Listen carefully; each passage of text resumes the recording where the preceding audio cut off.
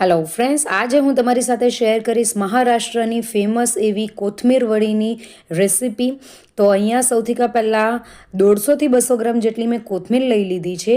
તેને આપણે આ રીતે સમારી નાખવાની છે. ફક્ત આપણે કોથમીરના પાન જ લેવાના છે અને તેને આ રીતે ઝીણી ઝીણી સમારી નાખવાની છે. ત્યાર પછી 1.5 કપ જેટલું બેસન લેવાનું છે. તેની અંદર 1/4 કપ જેટલો ચોખાનો લોટ એડ કરવાનો છે. મીઠું, હળદર, અજમો આ બધું એડ કરીને બધું બરાબર મિક્સ કરી દેવાનું છે. ત્યાર પછી 2 ગ્લાસ જેટલું પાણી લેવાનું છે અને ઉપર બીજો અડધો ગ્લાસ જેટલું પાણી લઈને ધીરે ધીરે પાણી એડ કરતા જવાનું છે અને તેનું થોડુંક હલકું એવું થીક બેટર આ રીતનું બનાવવાનું છે. વધારે પતલું નથી રાખવાનું કે વધારે જાડું નથી રાખવાનું.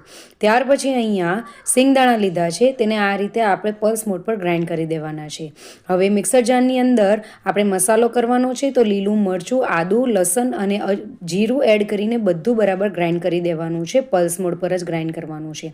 પેણીની અંદર તેલ એડ કરવાનું છે. તેમાં જીરું, હિંગ, તલ અને ક્રશ કરેલા સિંગદાણા એડ કરી દેવાના છે અને બધું જ બરાબર મિક્સ કરવાનું છે. લીલો મસાલો એડ કરીને બધું બરાબર મિક્સ કરી દેવાનું છે અને 1 મિનિટ માટે સાતળી લેવાનું છે. ત્યાર પછી કાશ્મીરી લાલ મરચું, હળદર, હિંગ, ધણા પાવડર બધું જ બરાબર એડ કરી દેવાનું છે અને 1 મિનિટ માટે સાતળી લેવાનું છે. ત્યાર પછી તેની અંદર કોથમીરના પાન એડ કરી દેવાના છે અને તેને થોડીવાર માટે સાતળી લેવાના છે. બધું જ બરાબર સતરાઈ જાય એટલે આપણે જે બેસનનું જે બેટર કર્યું હતું તે એની અંદર એડ કરી દેવાનું છે અને બધું જ બરાબર મિક્સ કરી દેવાનું છે. અને જ્યાર સુધી એ આ રીતનો લોટના ફોર્મમાં નહીં આવી જાય ત્યાર સુધી તેને આપણે કૂક કરવાનું છે.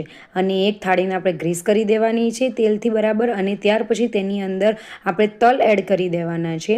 તલ એડ કર્યા પછી આપણે જે બેટર એડ કરીને જે મિશ્રણ રેડી કર્યું હતું તે એડ કરી દેવાનું છે. થાળીમાં એક સરખું તેને લેવલ કરી દેવાનું છે અને તેને ઠંડુ થવા દેવાનું છે.